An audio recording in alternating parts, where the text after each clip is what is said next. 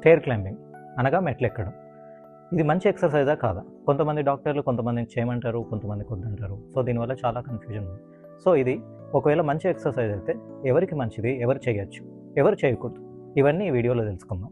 Stair climbing అనగా మెట్లెక్కడం, దీనివల్ల మన తొడ కండరాలు, పిక్క కండరాలు మరియు మన నడుము కండరాలు అనేటివి బలంగా తయారవుతాయి.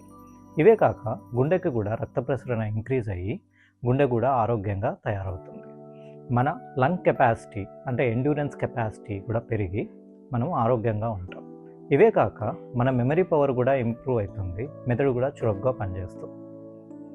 సో మరి ఇన్ని లాభాలు ఉన్నప్పుడు ఇటువంటి ఎక్సర్సైజ్ని ఎవరు చేయకూడదు?